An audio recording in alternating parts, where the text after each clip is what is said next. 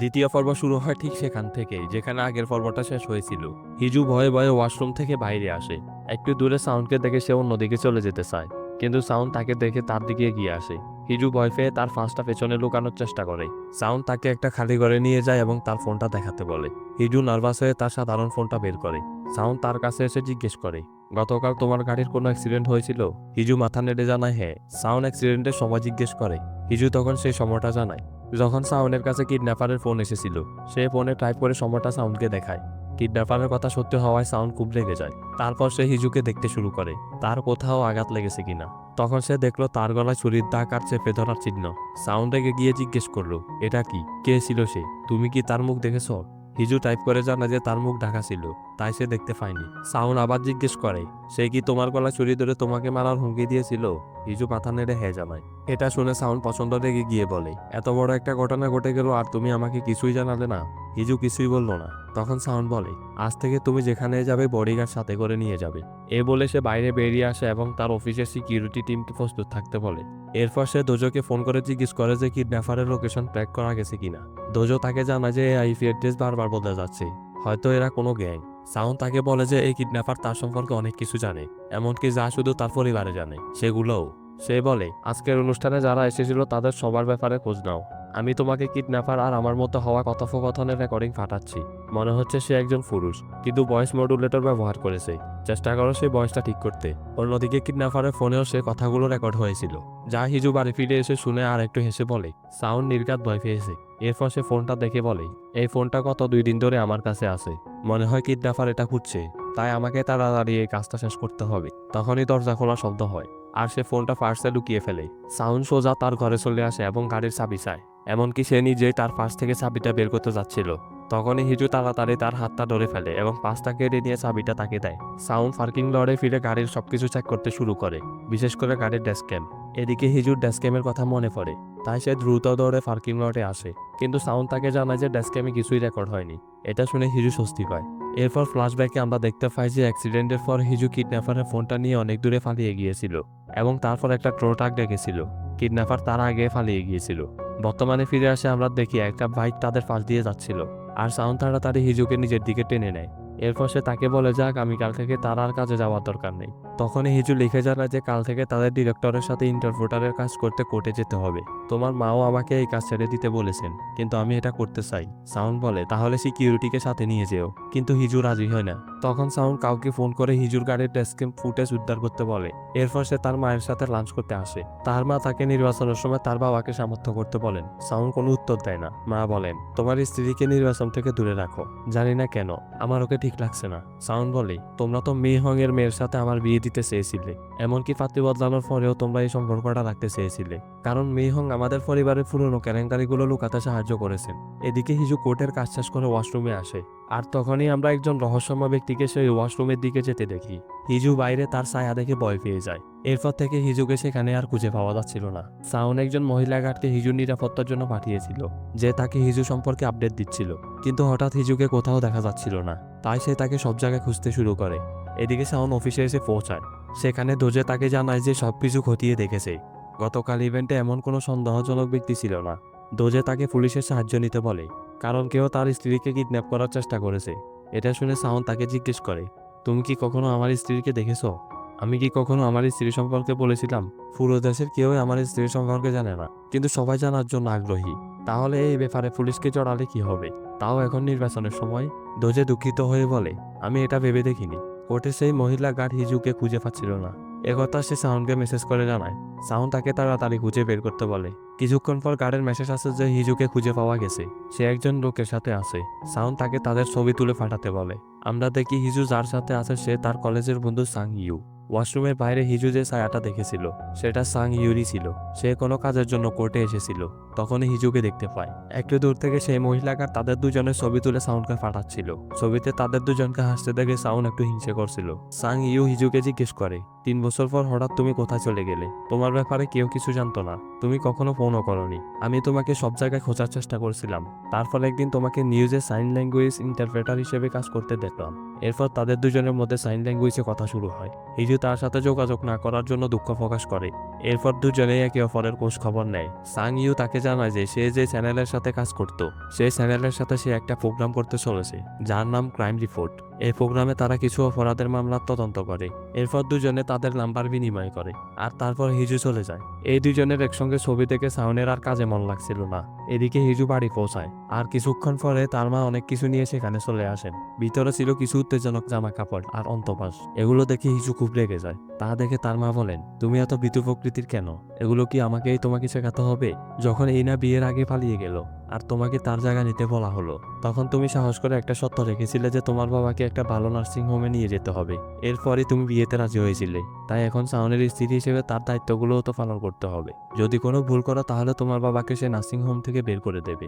আসলে হিজু এই বিয়েটা করতে চায়নি। তার মা তার বাবাকে ভয় দেখিয়ে তাকে সাউনকে বিয়ে করতে বাধ্য করেছিলেন। মূলত ইনি হিজুর আসল মা, যিনি তার স্বামীকে ছেড়ে চলে গিয়েছিলেন, কারণ তখন তারা খুব গরিব ছিল। এরপরে হিজুর বাবা মানসিকভাবে অসুস্থ হয়ে পড়েন। তাই গত কয়েক বছর ধরে তিনি নার্সিং হোমে ভর্তি। তাকে ছেড়ে যাওয়ার পর হিজুর মা চেয়ারম্যান হংকে বিয়ে করেন। তাদের 2জন সন্তান ছিল, যাদের সাথে হিজুর কথা না বলার সম্পর্ক কি তা আমরা পরেই জানতে পারবো। এরপর বর্তমানে ফিরে আসি। হিজু গোসল করে তার মায়ের আনা নাইট ড্রেসটা পরে নেয় এবং সেই কিডন্যাপারের ফোনটা বের করে সাউন্ডকে ফোন করে। হিজু সাউন্ডকে ডিভোর্স দিতে চায়, কিন্তু বিয়ের সময় যে চুক্তিপত্রে সে সই করেছিল তার কারণে সে নিজে থেকে ডিভোর্স করার আবেদন করতে পারবে না। কিন্তু কিডন্যাপারের এই ফোনটার জন্য সে একটা নতুন সুযোগ পেয়ে গেছে, যার মাধ্যমে সে সাউন্ডকে ব্ল্যাকমেল করে ডিভোর্স চায়। সেই নাইট ড্রেস পরে উরুর ছবি তুলে সাউন্ডকে পাঠালো আর বলল, এখনো কিছু ঠিক করনি? সাউন্ড জিজ্ঞেস করে, এটা কি? তুমি কেমন স্বামী? নিজের স্ত্রীর ছবিও চিনতে পারছো না? এটা তোমার স্ত্রীর উরু। এখন আমি এই ছবিটা কি কাজে লাগাবো সেটা তুমি নিজেই ভেবে নাও। এই ধরনের নকল ছবি দিয়ে তুমি কি করতে পারবে? হিজু বলে, এখনো নিজের স্ত্রীর শরীর চিনতে পারোনি? ওর উরুতে একটা অদ্ভুত তিল আছে, এখনো দেখোনি? তুমি কি কখনো তোমার স্ত্রীকে খালি চোখে দেখোনি? এটা শুনে সাউন্ড আরও রেগে যায়। তাই এবার সাউন্ড তাকে উল্টো প্রশ্ন করতে শুরু করে, যাতে সে কিডন্যাপারের সম্পর্কে কিছু জানতে পারে। কিন্তু হিজু উল্টো জবাব দেয় আর রেগে গিয়ে বলে, যদি আমার কথা বিশ্বাস না হয় তাহলে তোমার স্ত্রীর উরু পরীক্ষা করে দেখো, তাহলেই জানতে পারবে যে এটা ওর ছবি নাকি অন্য কারো। এই বলে সে ফোনটা কেটে দেয়। তবে এবার তাদের দুজনের কথা 10 মিনিটের বেশি সময় ধরে হয়েছিল, তাই ফোনের লোকেশন অনেক কাছাকাছি চলে আসছিল। কিন্তু এখনও সিওলের 3টে আলাদা ঠিকানা দেখাচ্ছিল। সাউন্ড তার টিমকে আরও ভালো করে চেষ্টা করতে বলে। সে দোজোকে ছবিটির উৎস খুঁজে বের করতে বলতে চাচ্ছিল, কিন্তু থেমে যায়, কারণ সে আগের মতো আর কোনো ভুল করতে চায় না, যেমনটা সে কিডন্যাপারের কথা মজা ভেবে করেছিল। তাই সে সেখান থেকে বাড়ির জন্য বেরিয়ে যায়। এদিকে হিজু চিন্তা পড়ে যাতে সাউন্ড আবার তার উরু পরীক্ষা করতে চলে না আসে। এ কথা ভাবতে ভাবতে তার ঘুম আসছিল না। তখনই সে দরজা খোলার শব্দ পায়, তাই সে কম্বলের নিচে ঢুকে ঘুমের ভান করে। সাউন্ড সরাসরি হিজুর ঘরে আসে এবং তার কম্বল সরানোর চেষ্টা করে, কিন্তু হিজু কম্বলটা আরো শক্ত করে ধরে রেখেছে। তখন সাউন্ড জোর করে কম্বলটা টেনে নেয় আর এই কারণে সে হিজুর উপর পড়ে যায়। তখন হিজু অন্যদিকে মুখ ফিরিয়ে নেয়। সাউন্ড উঠে বসে তাকে বলে যে প্রেসিডেন্ট অফিসে একজন সায়েন্স ল্যাঙ্গুয়েজ ইন্টারপ্রেটারের প্রয়োজন। তুমি চাইলে সেটার জন্য আবেদন করতে পারো। তুমি তো কাজ করতে চেয়েছিলে, তাহলে নিজের যোগ্যতা দিয়ে সে পদটা অর্জন করে দেখাও। এ বলে সে চলে যায়। হিজু অবাক হয়ে ভাবে, হঠাৎ করে শুধু এই কথা বলতে এসেছিল। সাউন্ড ডাইনিং টেবিলটা দেখে তাদের বিয়ে 3 বছর আগের প্রথম রাতের কথা মনে করে। হিজু তার জন্য খাবার বানিয়ে অপেক্ষা করতে করতে ঘুমিয়ে পড়েছিল। সাউন্ড তাকে ভালোবাসার চোখে দেখেছিল। এরপর তার সামনে গিয়ে বসে। খাওয়ার পর হিজু তাকে নাচতে ডাকে। সেই সময় সে খুব নার্ভাস ছিল। সে এইসব রোমান্টিক পরিবেশ তৈরি করার চেষ্টা করছিল, কারণ তার মা তাকে এটা করতে বলেছিল। সাউন্ড এটা খেয়াল করে। সে তাকে তার দিকে তাকাতে বলে এবং তার কাছে এসে বলে, আমার জন্য কোনো অনুভূতি তৈরি করার চেষ্টা করো না। তোমাকে আমার সামনে কারো হাতের পুতুল হওয়ার দরকার নেই, বিশেষ করে তোমার মায়ের। সে যা কিছু করতে বলবে তা করার দরকার নেই। তাই আমি স্পষ্ট বলে দিচ্ছি, তুমি আমার কোনো পরিকল্পনায় অংশ ছিলে না, তাই কখনো আমার ব্যক্তিগত বিষয়ে নাক গলাবে না। এই বলে সে চলে গিয়েছিল। বর্তমানে সাউন্ড হিজুর ঘরের দিকে তাকিয়ে আছে।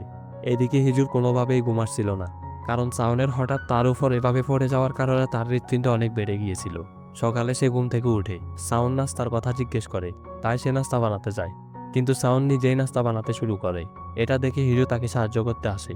খাবার বানানোর সময় সাউন্ড পরোক্ষভাবে সাং ইউ সম্পর্কে জিজ্ঞেস করে, ওই দিন কোর্টে তুমি সিকিউরিটির কাছে ছিলে না কেন? হিজু বলে, একজন কলেজের বন্ধুর সাথে দেখা হয়েছিল, তার সাথে কথা বলছিলাম। সাউন্ড জিজ্ঞেস করে, তোমরা দুজন খুব ঘনিষ্ঠ ছিলে? মানে তোমরা কি ভালো বন্ধু ছিলে? আর সে কি বিশ্বাসযোগ্য? হিজু হ্যাঁ বলে। তখনই সাউন্ডের কাছে দোজোর মেসেজ আসে। সাউন্ড তার জন্য খাবার রেডি করে চলে যায়। হিজু ভাবে, ও কি আমার জন্য খাবার বানিয়েছে? এদিকে ইউরির অফিসের বাইরে কিছু সেলিব্রিটি ভক্তরা এসেছিল। তাদের ধাক্কায় সে 5 পড়ে যাচ্ছিল। কিন্তু তখনই সাং ইউ তাকে ধরে ফেলে। ইউরি তাকে মুগ্ধ হয়ে দেখতে থাকে। সাং ইউ এই গল্পের দ্বিতীয় প্রধান চরিত্র, যে পেশায় একজন ডাক্তার এবং একজন ইউটিউবারও। ইউরির কফি সাং ইউর হাতে পড়ে যায়। তখন তারা দুইজনে বসে কথা বলতে থাকে। তখনই তারা জানতে পারে যে সাং ইউ যে প্রোগ্রামটা করতে চলেছে সেখানে ইউরিও তার সাথে কাজ করবে। এদিকে সেই কিডন্যাপারের ভয়েস মডুলেশন সরানোর পর যে প্রধান নমুনাটা পাওয়া গিয়েছিল সেটা পরিষ্কার ছিল না, তাই সে আবার চেষ্টা করতে বলে। কিন্তু তখনই দোজে তাকে একটা ট্রাফিক সিকিউরিটি ফুটেজ দেখায়, যেখানে সে কিডন্যাপার হিজুর গাড়িতে ঢুকেছিল। তারা তো জানতো না যে কিডন্যাপার হিজুর গাড়ি হ্যাক করেছিল, তাই সে খুব সহজে দরজা খুলে ভেতরে ঢুকে গিয়েছিল।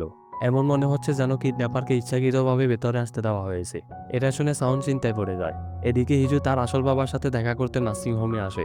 হিজু শুধুমাত্র তার সাথেই কথা বলে, কারণ তিনিই একমাত্র বাবা যে হিজুর যত্ন নেয়। এদিকে সাউন্ড তার এক সাংবাদিক বন্ধুকে কিডন্যাপারের ছবি পাঠানোর ঘটনাটা অন্য কারণ নামে বলে। তখন সেই সাংবাদিক বলে, একজন লোক তার স্ত্রীর ব্যক্তিগত ছবি তার স্বামীকে ফাটিয়ে ডিভোর্স দেওয়ার হুমকি দেয়। এর একটাই মনে হতে পারে যে সেই লোকটার স্ত্রীর সাথে ওই ব্ল্যাকমেলারটার সম্পর্ক আছে। এবার তার বন্ধুর এই কথা শুনে এবং দুজো যে কিডন্যাপারের গাড়িতে ঢোকার কথা বলেছিল সে সবকিছু মনে করে সে চিন্তায় পড়ে যায়। রাত 10টা বেজে গিয়েছিল। তখনই কিডন্যাপারের কাছ থেকে আবার ফোন আসে। সাউন্ড ফোন তুলে সঙ্গে সঙ্গে কেটে দেয়। হিজু বুঝতে পারে না যে সে কেন ফোনটা কেটেছিল, তাই সে আবার ফোন করে। সাউন্ড ফোন ধরে বলে, মনে হচ্ছে তুমি আমার সাথে কথা বলার জন্য খুব বেশি উতলা হয়ে পড়েছ। আমি এখন একটু ব্যস্ত আছি, তাই 5 মিনিট পর ফোন করো। হিজু ঠিক 5 মিনিট পর আবার ফোন করে। সাউন্ড ফোন ধরে, কিন্তু তাদের কিছু কথা হওয়ার আগে হিজু একটা বিস্ফোরণের শব্দ শুনতে পায় এবং কল কেটে যায়। হিজু আবার ফোন করার চেষ্টা করে, কিন্তু ফোনটা আর ধরা যাচ্ছিল না। তাই সে বাড়ি চলে আসে এবং বাড়িতে সাউন্ডকে খুঁজতে থাকে, কিন্তু সাউন্ডকে সে বাড়িতে পায় না। সে আবার তার ফোনে চেষ্টা করে, কিন্তু ফোনটা তখন ধরা যাচ্ছিল না। তাই সে সেখান থেকে তার আসার জন্য অপেক্ষা করতে করতে ঘুমিয়ে পড়ে। কিন্তু সকালে টিভিতে সে খবর পায় যে সাউন্ডের অফিসের বিল্ডিংয়ে গতকাল রাতে একটা বিস্ফোরণ হয়েছে। যে মুখোশওয়ালা ব্যক্তি এটা করেছে তার সিকিউরিটি ফুটেজ দেখানো হয়। এর সাথে সাংবাদিকরা একটা হুমকির কল রেকর্ডও শোনায়, যা সে আসল কিডন্যাপার সাউন্ডকে হুমকি দিয়েছিল। রেকর্ডিংয়ে বলা হয়, আমি ওকে মেরে ফেলবো, তোমার কাছে কাল পর্যন্ত সময় আছে, হয় আমাকে 2 বিলিয়ন ওন দাও, নয়তো আমি ওকে মেরে ফেলবো। শুধু এইটুকু রেকর্ডিং সাংবাদিককে দেওয়া হয়েছিল। এটা শুনে হিজু ভয় পেয়ে যায়, কারণ এই কথাগুলো কিডন্যাপারের ফোন থেকে বলা হয়েছিল, যা এই মুহূর্তে হিজুর কাছে আছে। তখনই সাউন্ড সেখানে আসে। তার অবস্থা খুব খারাপ ছিল, তার কাপড় নোংরা হয়ে গিয়েছিল এবং কাপড়ে রক্ত লেগেছিল।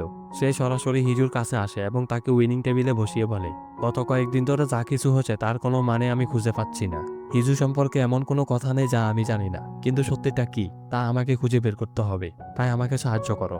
এই বলে সে তার পোশাক সরাতে শুরু করে। হিজু তার হাত ধরে আটকানোর চেষ্টা করে, কিন্তু সাউন্ড বলে, তুমি নিজে সরাবে নাকি আমি সরিয়ে দেব। এভাবে তাকে দেখে হিজু খুব ঘাবড়ে যায়। এর সাথে আমরা 3 বছর আগের একটা দৃশ্য দেখতে পাই। সাউনের বিয়ের আগের রাতে ইনা সাউনকে বিয়ে বাতিল করার হুমকি দিয়েছিল, নয়তো সে সাউনের পরিবারের গোপন রহস্য ফাঁস করে দেবে। এটা দেখে সাউন্ড তাকে জিজ্ঞেস করছিল, সত্যি কি হিজুর বিয়ে জোয়া পরিবারের ছেলের সাথে হচ্ছে? ইনা বলেছিল হ্যাঁ, কিন্তু ওই লোকটা খুব বাজে। তবে হিজুর মা এতটাও খারাপ না যে নিজের সুবিধার জন্য হিজুকে ওই লোকটার কাছে বিক্রি করে দেবে। এটা শুনে সাউন্ড বলছিল, বিয়ে কালকেই হবে, কিন্তু আমার বউ তুমি হবে না, তোমার বোন হবে। আর এখানে দ্বিতীয় পর্বটা শেষ হয়। দেখা হচ্ছে পরের পর্বের ভিডিওতে। সেই পর্যন্ত ভালো থাকো। আল্লাহ হাফেজ।